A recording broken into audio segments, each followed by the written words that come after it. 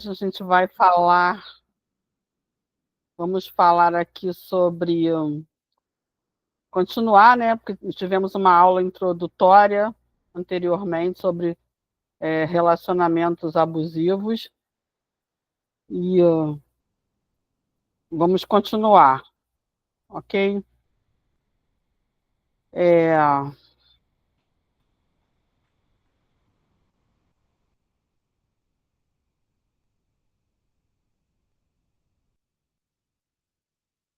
bom, aqui a gente vai ter a visão teórica, né, de muitos autores, Freud, Lacan, Melanie Klein, Bion, e todos os que tiveram alguma coisa a falar sobre relacionamentos abusivos, né?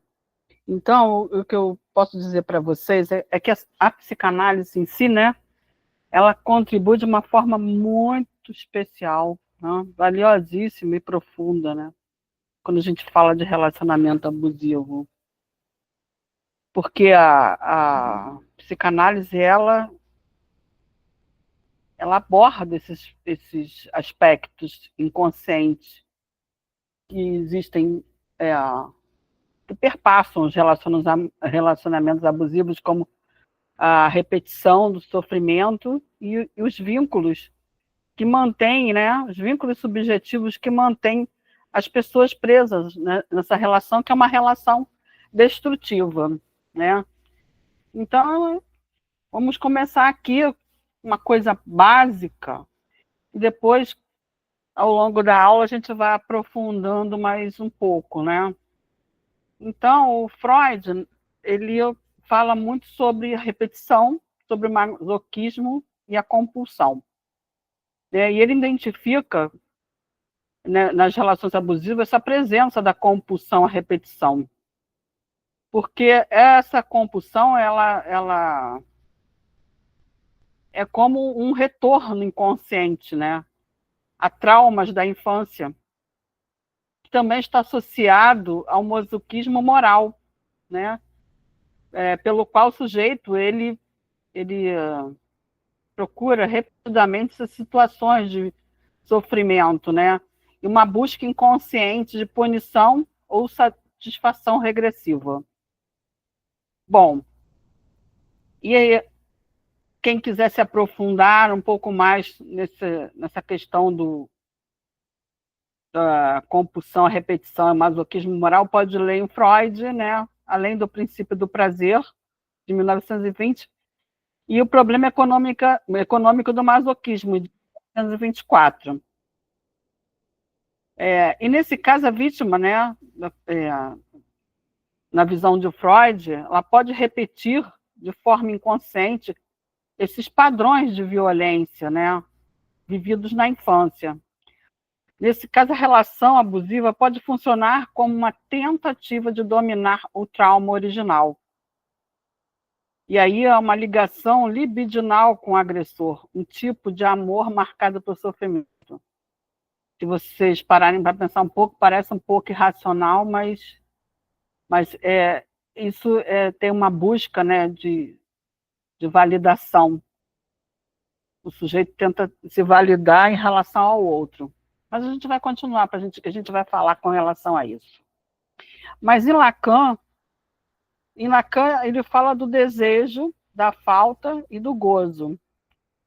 Ele mostra como o sujeito, né, Lacan, tudo tem a ver com a linguagem, que essa estrutura, né, que o sujeito se estrutura em torno de uma fala, e como o gozo pode estar ligado ao sofrimento. O sujeito ele também pode estar preso a um gozo que não se dá no prazer, mas no sofrer no lugar do outro. E aí sustenta, né, esse laço em nome do amor ou da completude. E aí a gente pode analisar melhor isso, né, no seminário 11, os 4 conceitos fundamentais da psicanálise. Eu vou dando referência, gente, para vocês, porque é um assunto assim tão complexo, tão profundo, que vale a pena, né, porque isso tem acontecido tanto na nossa contemporaneidade que vale a pena a gente estar se aprofundando nesse assunto, porque eu tenho certeza que isso vai aparecer muitas vezes na clínica de vocês. Então, o sujeito, em Lacan, né, o sujeito busca no outro uma completude, algo que o complete, né? E aceita a violência como preço de uma fantasia que ele estruturou na sua mente, né? E aí, nesse caso, o desejo dele se aliena ao desejo do outro, mesmo que esse outro seja cruel ou invasivo. O gozo do abuso é obscuro, né? Pode estar ligado a uma estruturação subjetiva, perversa ou neurótica. Pois é, por que os indivíduos, né, eles permanecem nessas relações? Que tipo de mecanismos, né, que estão em jogo nessa relação? E como essa escuta clínica ela pode abrir caminho de transformação. E aí a gente vai falar um pouquinho sobre a Melanie Klein, depois, como eu já falei, a gente vai aprofundando, né? De acordo com as perguntas, e o texto também. Esse é só um aperitivo mesmo, e a gente vai aprofundar isso. Na Melanie Klein, ela fala de uma posição esquizoparanoide e relações de objeto. Ela interpreta os relacionamentos abusivos, né, à luz de relações objetais primitivas. Na posição esquizoparanoide, o outro é dividido entre bom e mal. E o parceiro abusivo, ele pode ser idealizado e odiado ao mesmo tempo. É um paradoxo, né? E aí gera vínculos, né, de amor e de ódio. É complexo. A vítima se liga ao objeto agressor por culpa inconsciente ou desejo de separação, de reparação.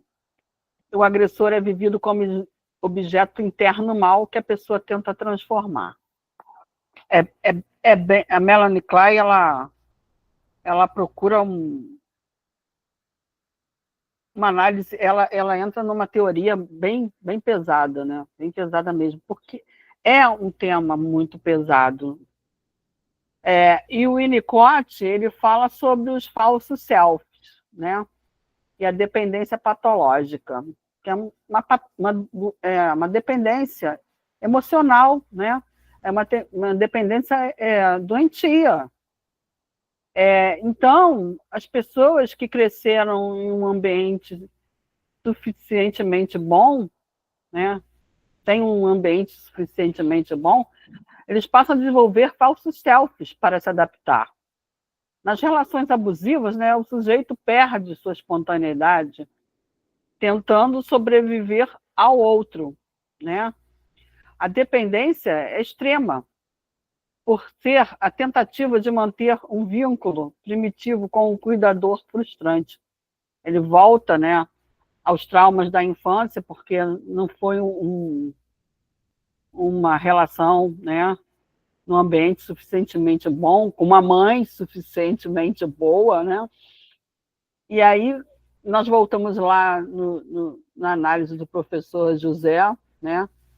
Na referência do Winnicott, né? Que esse livro é muito legal. O brincar e a realidade. O self, nesse caso verdadeiro, é sufocado pelo medo de abandono ou agressão. A relação abusiva recria um ambiente caótico e invasivo da infância. Nossa, você imagina quantos traumas pode desenvolver, né, na infância para que se chegue a essa situação. E muitas coisas o professor José também andou falando em relação à dependência química, né? A Cidelis andou falando muito sobre os narcisistas, sobre o narcisismo. Isso tudo pode gerar, né, esse tipo de trauma na infância. Então, a psicanálise ela faz ela tem uma visão, né, em que ela não culpa a vítima, mas ela procura entender por que o sujeito permanece nessas relações que os fazem sofrer, né? É, isso precisa, nesse sentido, uma das técnicas é escutar o sintoma, que vem do inconsciente, é uma formação do inconsciente, né? E essa escuta desse sintoma, ela expressa esses conflitos, né? Desses vínculos infantis que não foram resolvidos e que mantém essas posições que sustentam esse laço com o agressor. O trabalho, então, psicanalítico, né, ele ajuda o sujeito a nomear o sofrimento, a localizar sua responsabilidade inconsciente e elaborar o luto de uma idealização, né, porque se cria uma fantasia em que o sujeito idealiza o agressor, né? E não nomeia o sofrimento, porque ele vive em função do outro. Então, muitas vezes é preciso abrir mão, né, de uma fantasia de amor absoluto ou de salvação do outro. E essa escuta respeita o tempo psíquico da pessoa para se separar de vínculos destrutivos.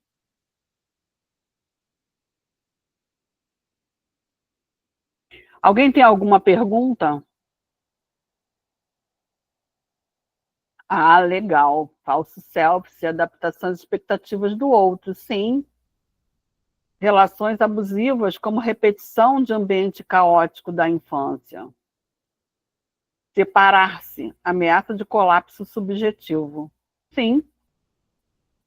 E aí a gente pode ver que o falso self faz o sujeito se anular para sobreviver. A separação não é apenas física, mas psíquica e deve ser elaborada com cuidado.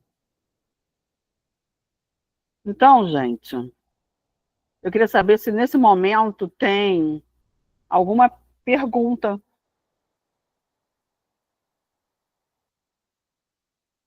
Alguém tem alguma pergunta para formular? Tá bom, então vamos continuar. Então, então é isso. Os relacionamentos abusivos, né, na ótica da psicanálise, eles traduzem um vínculo que adoece, porque desafiam também a compreensão racional. As vítimas, elas permanecem nessas relações por anos, né? E elas não estão alheias a isso, elas estão cientes dessa dor, né? E nessa questão, né, o senso comum, isso é uma coisa que eu já disse na aula passada, mas vou repetir porque é importante. É muito importante que as pessoas compreendam, né?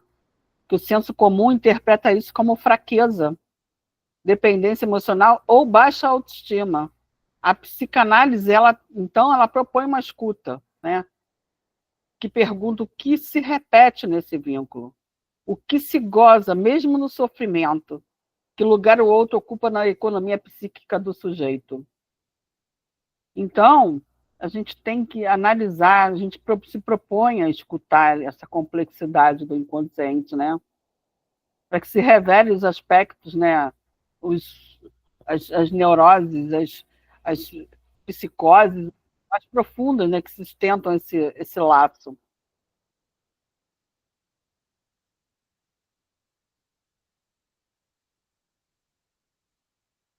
E,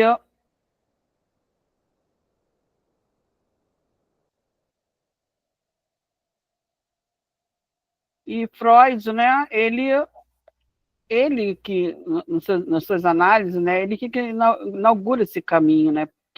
Da descoberta dessa compulsão à repetição, que é uma tendência do sujeito ele repetir situações de sofrimento. De uma forma que vocês sabem muito bem que para se expurgar esse sofrimento, ele tem que ser repetido, né? Tem que ser repetido para ele ser colocado na linguagem, né? Para ser expressado. E essa repetição, na verdade, ela não visa prazer, não. Ela visa uma repetição para chegar a uma conclusão. É. E aí, nesse texto do Freud, do Além do Princípio do Prazer, ele mostra que o sujeito ele pode estar preso nessa dinâmica, que nesse sentido desenvolve esse masoquismo moral, que o sujeito, de uma certa forma, se coloca como culpado e busca uma punição. Essa vítima dessa relação abusiva, ela repete inconscientemente as dinâmicas, né, vividas com figuras parentais. Por exemplo, um pai autoritário, uma mãe invasiva, um ambiente negligente. Porque o retorno na repetição é aquilo que não pode ser simbolizado no trauma. O sujeito não conseguiu simbolizar, né? Então ele retorna a repetição até conseguir elaborar, né? Simbolizar esse trauma. Existem os núcleos inconscientes que fazem com que o sujeito inconscientemente faça essa repetição, né? São crenças também de que é preciso, para ele ser amado, ele precisa sofrer. E a da Lisa, né? Ele transpõe para o agressor, né? Uma idealização do agressor como figura parental. Porque aqueles a quem a gente devia de ser mais protegido, né? Seriam os pais, né? Ou os responsáveis, né? Uma figura que é parental, às vezes, muitas das vezes, é um agressor. E ela repete e confunde, né? Amor com agressão. E sente culpa, né? Inconsciente pelo desejo de separar-se dessa pessoa. Como sentiria de se separar de um pai e de uma mãe. E ela busca, né, controlar esse trauma primitivo, que ele tenta repetir para dominar. Em Lacan, o desejo do outro, né? Ah, tá. Repetição. É porque, sim, sim, exatamente,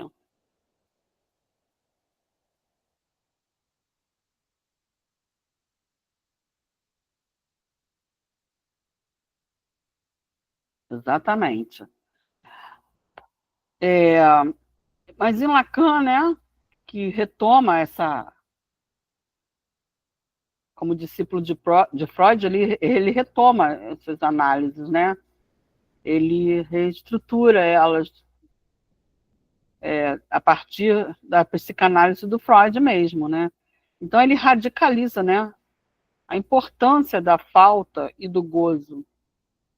Então, nas relações abusivas, ele nos faz pensar que o sujeito não apenas sofre, mas goza de forma inconsciente com o sofrimento. Mas esse gozo, ele não se confunde com prazer, mas é uma satisfação estranha, ligada a um registro do real, porque, na verdade, mesmo é conflituoso, porque, de uma certa forma, o amor se traduz em sofrimento quando se relaciona com as figuras paternas, né? E aqueles a quem a gente deveria ser amado acabam causando sofrimento e conflito, porque as pessoas acabam aceitando esse sofrimento e confundindo isso com amor, que na verdade não é, né? Então, em muitas relações abusivas, né, o sujeito ele se aliena ao desejo do outro e busca incessantemente esse reconhecimento, amor ou salvação, mesmo sob a violência, né, tendo que suportá-la. O sujeito, então, ele se constitui no lugar do objeto do outro. Aquele que sofre para que o outro goze, né? E tem uma frase muito importante de Lacan, né, que ele fala: o amor é dar o que não se tem a alguém que não o quer. Complicado. Muito difícil isso, né? Então, os aspectos dessa problemática toda é que o parceiro, né, abusivo, ele ocupa um lugar de outro absoluto. E, que na visão de quem é abusado, né, é um desejo irreconhecível, enigmático, ameaçador.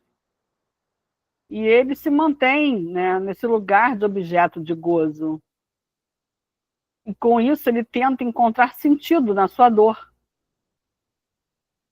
Também a separação exige um trabalho de luto sobre o ideal do amor e a ilusão de completude. É porque durante a infância tudo fica muito complicado, tudo fica muito desarrumado. Pode falar, Camila. Ângela, seria dar o amor que se quer receber, né? Eu dou para o outro aquilo que eu espero receber do outro, mas o outro ele não quer aquilo que eu espero receber, ele quer algo que é dele, que não tem a ver com o meu desejo, né? Então, quando Não, Lacan... o que acontece é a gente quer o amor que não teve. A gente busca essa completude que não encontrou na infância. Essa questão é, de uma mãe suficientemente boa, dessa estrutura emocional, né? Então, é o que eu disse, quando a pessoa ela quer validação, ela quer se sentir um objeto de amor. Então, ela dá ao outro, assim como você disse, ela dá ao outro esperando que retorne isso. Mas isso é uma idealização, porque o outro, se vocês lerem também Michel Foucault, né? Michel Foucault fala sobre poder, tem umas análises também de outros autores que falam de poder, e aí ele fala nesse sentido da microfísica do poder, que tudo é poder, né? Tudo é político, a vida é política. E sempre a maioria das vezes, uns querem submeter os outros. Na nossa cultura, é uma cultura de submissão, né? Em que você, para ser validado, você tem que se submeter. A própria palavra sujeito é a palavra daquele que se sujeita, que está sujeitado. Está sujeitado à cultura, está sujeitado à sociedade, está sujeitado a normas e regras, né? A valores e tradições. Então, para você ser um sujeito, você tem que se sujeitar. E muitas das vezes você se sujeita, mas o teu emocional fica partido, fica fragmentado, porque você não encontrou aquilo que possa te complementar. Respondi sua pergunta, Camila? Respondeu sim, Ângela, obrigada. Eu que agradeço. É, é muito importante também que a gente faça leituras, né? Não só de psicanálise, psicanalista, como outras, né? De filosofia e de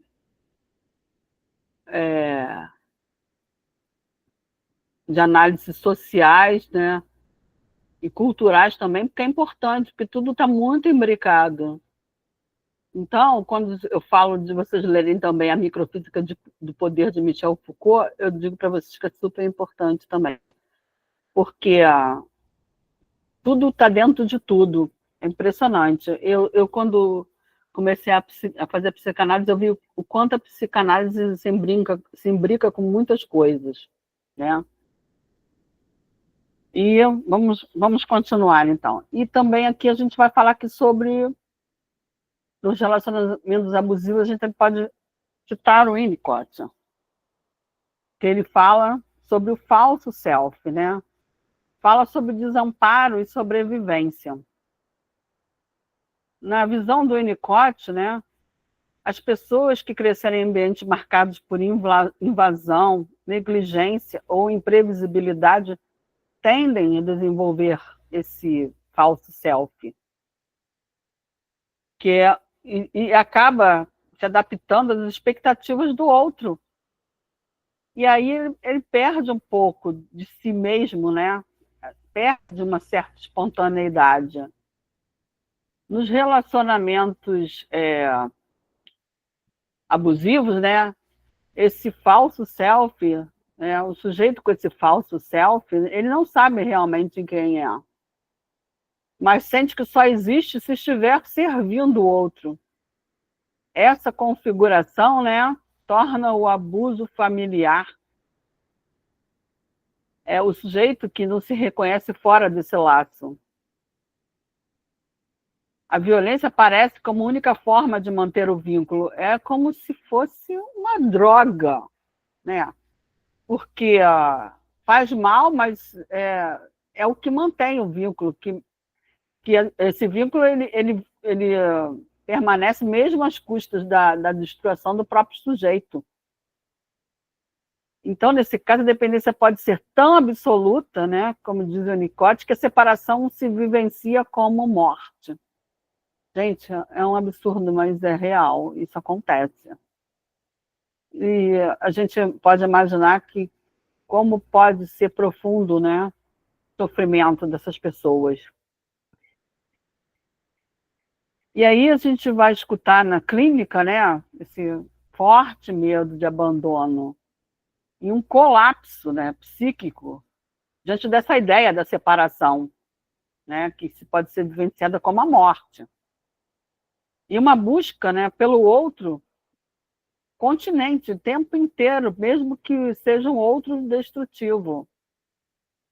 E existe essa necessidade de reconstruir o laço de confiança e a experiência de existir fora do controle. Isso é o que a clínica pode contribuir, né?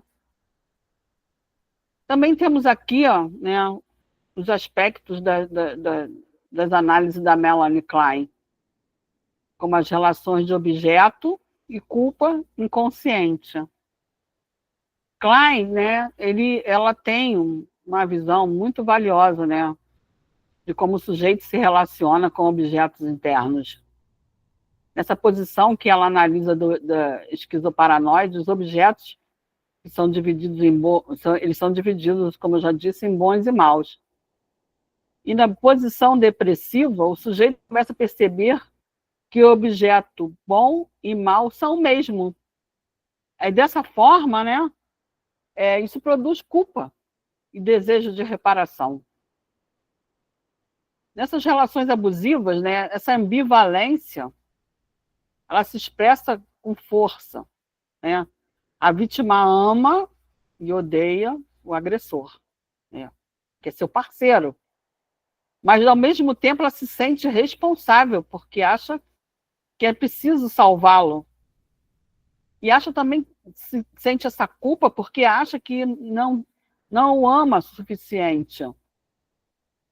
E essa culpa inconsciente é que prende também o sujeito a esse vínculo, mesmo que ela passe por sofrimento. Então, segundo Klein, né, o objeto mal internalizado pode tomar o lugar da realidade e capturar o ego. Nas relações abusivas de hoje, né, que é produz sintomas na nossa cultura, né, na psicanálise contemporânea, né, os relacionamentos abusivos, eles não ocorrem no vácuo, né? Eles são sintomas sociais também. que existem que, como o imperativo de amar a qualquer custo, dessa idealização romântica, né, que a gente tem desde a época do romantismo, né, da, da cultura romântica que veio da Alemanha, né, o romantismo alemão, e a cultura do consumo e do narcisismo exacerbado, né, como eu já disse antes, sobre o narcisismo, que criam, né, esse terreno fértil para essas relações de outra reduzido a objeto de uso. É muito triste, porque por isso que eu falo com vocês que a gente tem que ler muitos outros autores. Se vocês puderem ler também Zygmunt Bauman, também é outro Zygmunt, mas muito inteligente também, é um grande autor da atualidade. Ele fala sobre a modernidade líquida, sobre os relacionamentos líquidos. Muito importante, uma análise muito pertinente na nossa atualidade. Então, a gente faz esses cruzamentos de leituras de outros autores fora da psicanálise, e que, com certeza, vão fazer muita diferença quando você olhar para os estudos dos psicanalistas, né? E aí, essa violência simbólica, né? São umas coisas horrorosas, né? Que contém vários tipos de humilhações, chantagens, manipulações emocionais. Muitas vezes não é visível, nem é percebida, né? Às vezes passa despercebido, principalmente para as outras pessoas que assistem de fora, porque muitas das vezes isso acontece muito dentro de casa, vamos dizer, sem muitas testemunhas, mas às vezes nem sempre. Então, essas humilhações, essa violência simbólica, né, ela opera como forma de aniquilar a racionalidade do sujeito, né? A aniquilação subjetiva, apaga os limites entre um e o outro, né? Entre mim e o outro, ou entre o eu e o outro, né? É meio difícil, gente. A escuta, aí a gente pode falar que na escuta clínica existem caminhos possíveis, né? Porque a psicanálise não tem como base, né, oferecer conselhos ou soluções, mas ela procura fazer essa elaboração, né, essa reestruturação, e procura permitir que o sujeito no meio, coloque na linguagem, né, simbolize aquilo que o faz sofrer e fazê-lo reconhecer as suas escolhas inconscientes, para que ele possa se apropriar do próprio desejo, né? Na verdade, o analista não tem como finalidade primordial retirar o sujeito dessa relação, mas sustentar uma escuta que o ajude a se separar desse laço, né? Que pode levá-lo à morte, de um laço mortífero com relação ao outro. E aí a gente pode utilizar, né, várias estratégias na nossa clínica, né, como a reconstrução da narrativa psíquica da relação. Isso, escuta clínica. Exatamente. Identificação de repetições e figuras parentais implicadas, nomeação do gozo que sustenta o sofrimento, trabalho de luta da fantasia de amor ideal, porque todo mundo idealiza o que quer para si, para sua vida, né? Eu quero um amor assim, eu quero uma pessoa que seja assim, assado. Quando as pessoas perguntam, que tipo de pessoa você gostaria para se relacionar? A pessoa ela enumera várias coisas que as interessam, né? E aí a gente tem que ver direitinho para se nomear isso, né?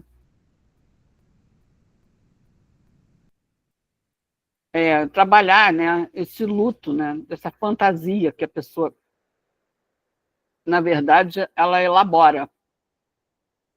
Que muitas vezes, muitos casamentos não dão certo por causa disso, porque a pessoa idealiza uma pessoa que quando ela vai viver com essa pessoa, ela já não acha que a pessoa é aquilo que ela esperava. Com o tempo, ela começa a ver muitas coisas que não fica satisfeita, mas aí é uma questão de muitas coisas envolvidas nesse sentido, né? Que podem ser resolvidos ou as pessoas acabam se separando. E fazer com que o sujeito, né, ele se reconheça e reconheça a sua própria existência, né, para além do outro. Bom, gente, para a aula de hoje a gente vai terminar assim, com a questão de a pessoa precisa amar sem se apagar, né? E aí, nesse sentido, a psicanálise não tá como instrumento, né, de julgamento do sujeito, mas a psicanálise convida o sujeito a se perguntar, a se questionar, e perguntar a si mesmo qual o seu lugar nessa cena, né? Qual o seu lugar nesse relacionamento? Então, ela precisa ser uma pergunta, né? E precisa ser sustentada com essa ética que a gente necessita utilizar no nosso dia a dia, para que o sujeito enxergue, né? Para que abra caminhos para que ele reconquiste o seu eu, né? Reconquiste sua voz, o seu desejo, a sua singularidade, né? Porque separar-se do abuso é muito mais do que sair dele fisicamente, né? Ele é colocado como uma travessia, né, subjetiva, porque nesse sentido ele tem que caminhar em direção a um lugar onde o amor ele não exija anulação do próprio sujeito. Gente, faltam 10 minutos mais ou menos para a gente terminar essa aula. Quero saber se existem perguntas, se alguém quer falar alguma coisa, quer contribuir de alguma forma, quer fazer algum tipo de comentário. Ângela, quando você estava falando do falso self, né? Eu lembrei da polêmica que a gente está tendo agora essa semana da adultização lá que o Felca falou, não sei se você viu.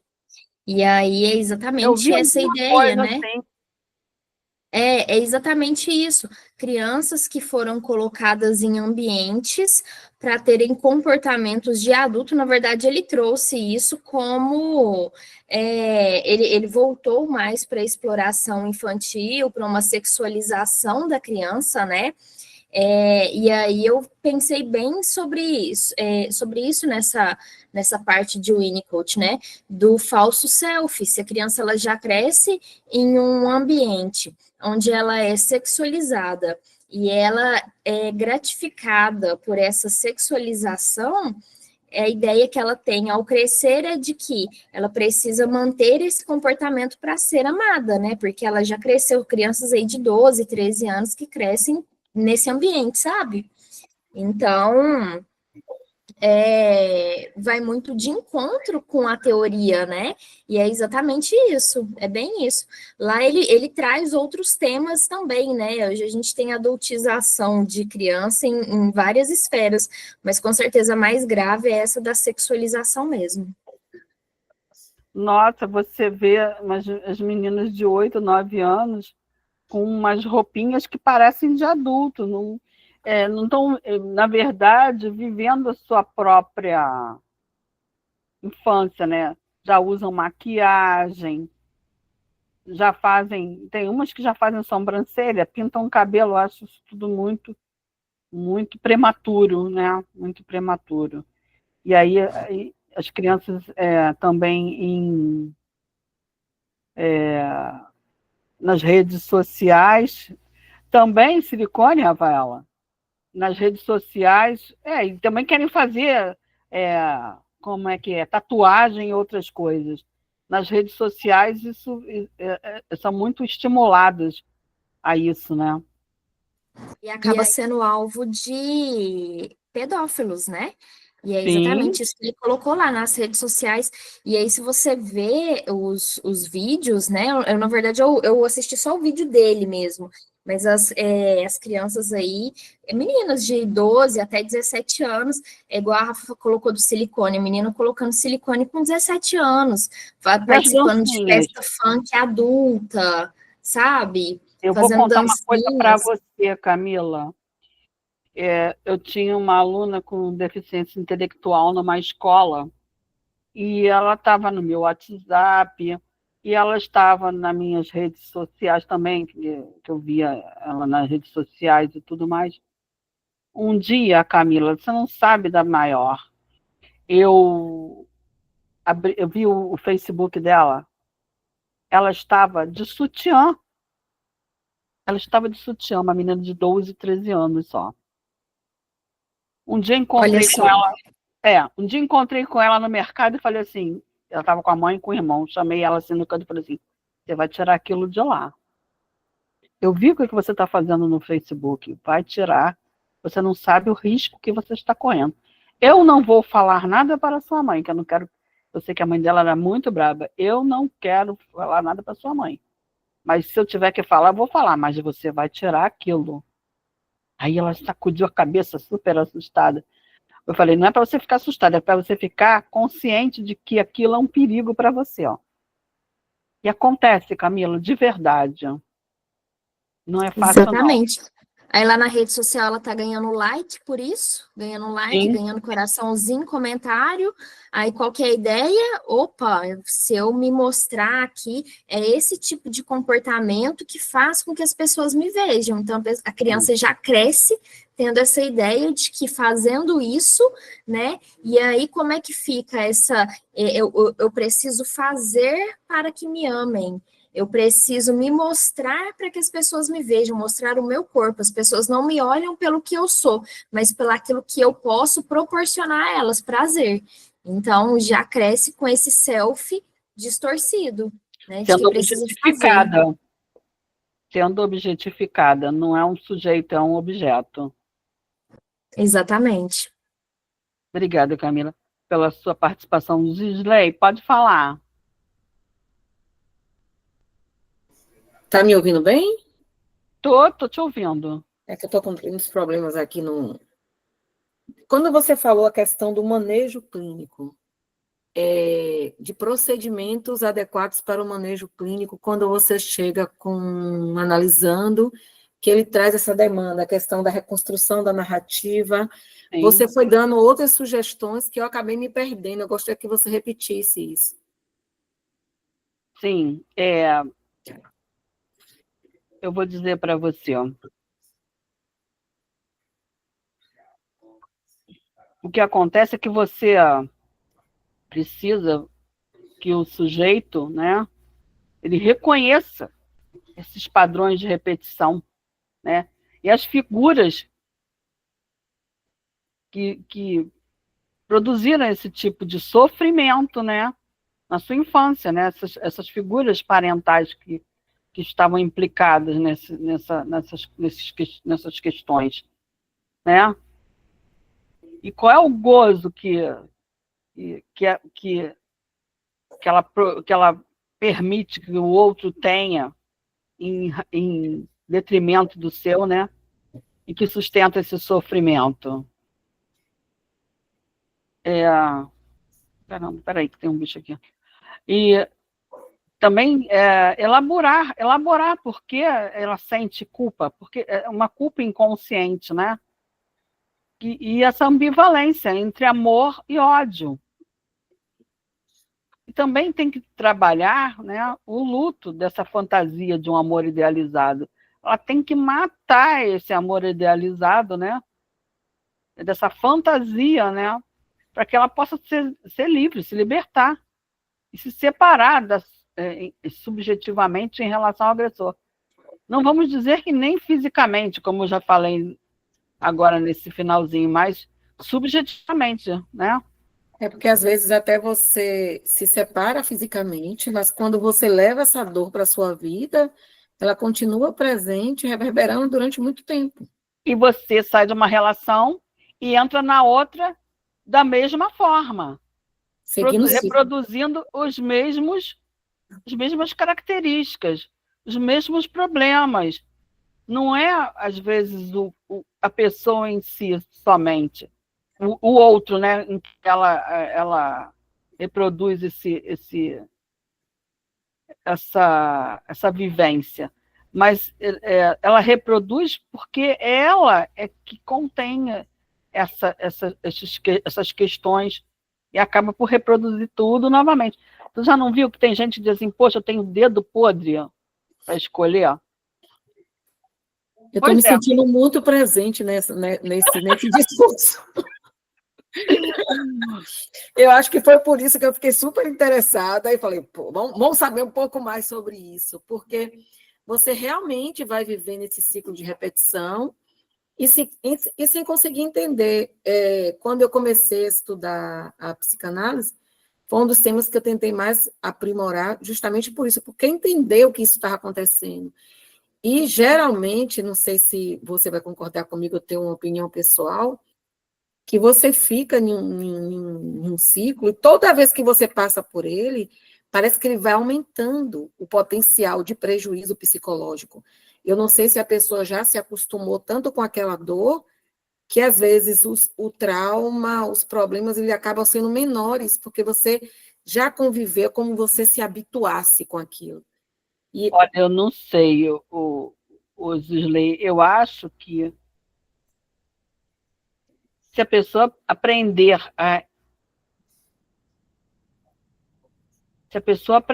a simbolizar essas coisas, cada dia mais ela vai reconhecendo, mesmo que ela repita, ela vai reconhecendo dentro da relação os mesmos hábitos, as mesmas formas de... Isso. Mas até ela aprender, ela vai repetindo ciclo. Nossa, mas é muito... Vai se habituando com a dor. Ela acha que a dor faz parte do processo dela de vida. Sim, ela mas... só se liberta, de fato, quando ela começa a entender esse autoconhecimento, que existe alguma coisa que está errado ali naquele padrão. Mas a psicanálise, as pessoas procuram a psicanálise e outras, né? Porque elas reconhecem que tem um problema, um sofrimento. Ela sempre... É aquele negócio, quem não muda pelo amor, muda pela dor. Não ouviu falar isso? Sim. Mas é porque as pessoas querem mudar porque sentem esse sofrimento, essa dor que eles acompanham, né? Então, nessa situação, as pessoas, quando buscam, né, a psicanálise, né, elas vêm com essa dor, né, com essa insatisfação, com essa incompletude, com esse sofrimento, com essa vergonha, porque com as outras pessoas elas não conseguem se expressar porque elas sentem culpa, elas sentem vergonha por estar passando por essa situação, que conscientemente elas sabem que tem uma contradição nisso tudo aí, mas que inconscientemente elas são incapazes de rejeitar, elas são incapazes de elaborar essa dor, né? E então, a sociedade também aponta muito para o sofrimento, né? Do outro, como sofrimento do outro fosse uma coisa... Eu não ouvi, mas já vi as pessoas dizerem: ela tá vivenciando isso porque gosta.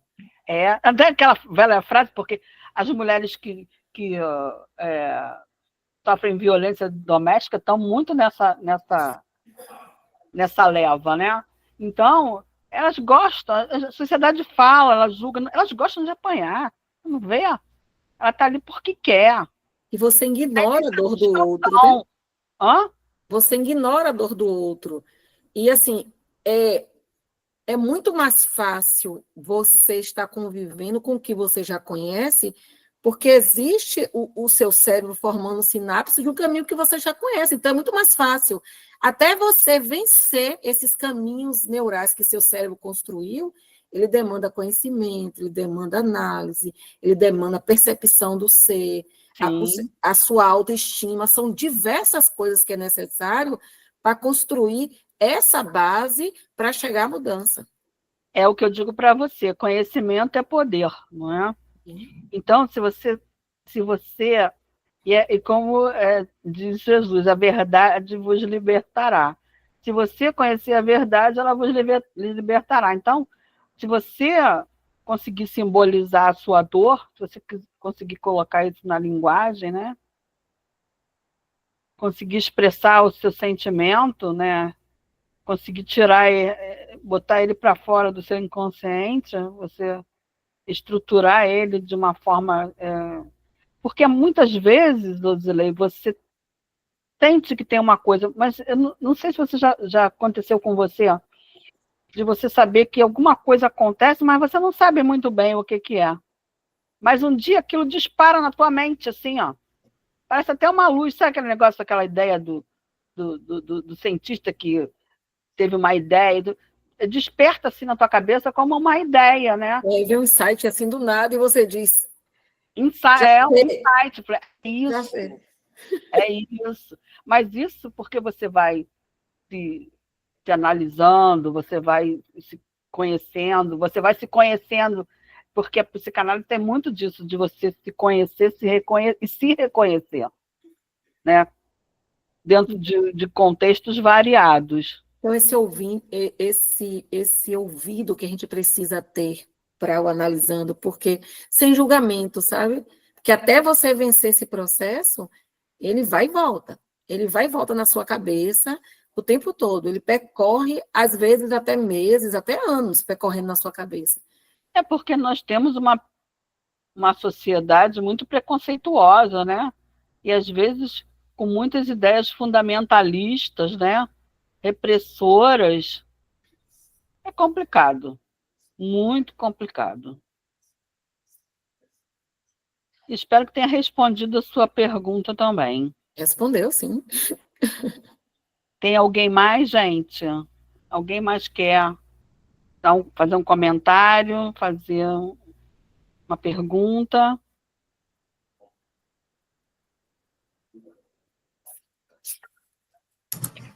Olha, Ângela, a Zisley estava falando sobre essa questão do ciclo, né? E até porque muitas vezes é um ciclo que começou lá na avó, né? A avó passou por um ciclo de abuso, e a mãe passou por um ciclo de abuso, aí a pessoa vai e repete um ciclo. Então, quando você não viveu algo diferente, a ideia é de que talvez não exista, né? Aí você vai olhar e vai se conformar assim, eu vou mudar esse relacionamento para quê? Né? Se são todos iguais, né? E a Todos os questão homens são também, iguais, você todas as falou com pessoas são relação iguais. à pedofilia, né? Porque muitos dos pedófilos, se você observar, são pessoas de dentro da família. É pai, é avô, é avó, é tio, é primo. A maior parte dos abusos sexuais na infância são de parentes.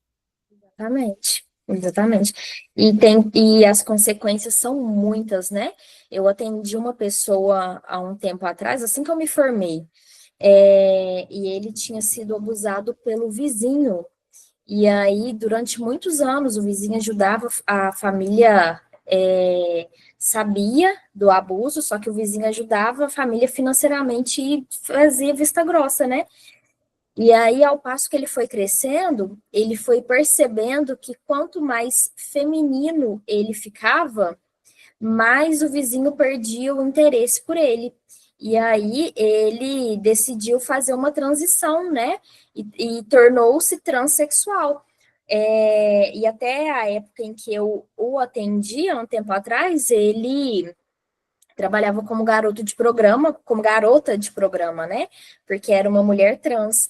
Então, olha de onde veio isso. Talvez se não estou dizendo que sejam todos os casos, é claro que não, né? Mas no caso dele, qual que foi a saída? Ele percebeu que quanto mais feminino, ele ficava, mais o vizinho perdia o interesse nele e fez a transição para uma sexualidade feminina para parar de ser abusado, mas continuou exercendo o mesmo comportamento de abuso para com si mesmo, trabalhando como garoto de programa, que era uma coisa que ele odiava. Então, assim, olha como é que a mente é um processo muito complexo, né? Ele fez toda uma mudança para não sofrer o abuso, mas continuou vivendo um ciclo de abuso em que ele mesmo se colocou. A gente não pode generalizar nada, porque cada ser humano é um universo diferente, né? Com as suas teias de relações. Então, é tudo muito particular, muito singular. Nada é geral, é muito particular. Exatamente. Então é o seguinte, a aula de hoje, vamos terminar por aqui. As leituras foram postas para vocês, se vocês quiserem continuar com as leituras seria ótimo. Se alguém tiver com disposição, eu vou propor também algumas atividades, se vocês tiverem interesse.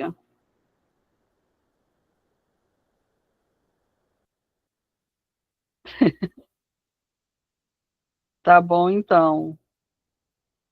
Beleza, gente. Bom, então, isso. Muito obrigada, Camila. Você foi mil. Muito obrigada pelo seu auxílio aqui. Obrigada, excelente apresentação. Deu a presença de vocês, gente. Espero vocês daqui a mais 15 dias para a gente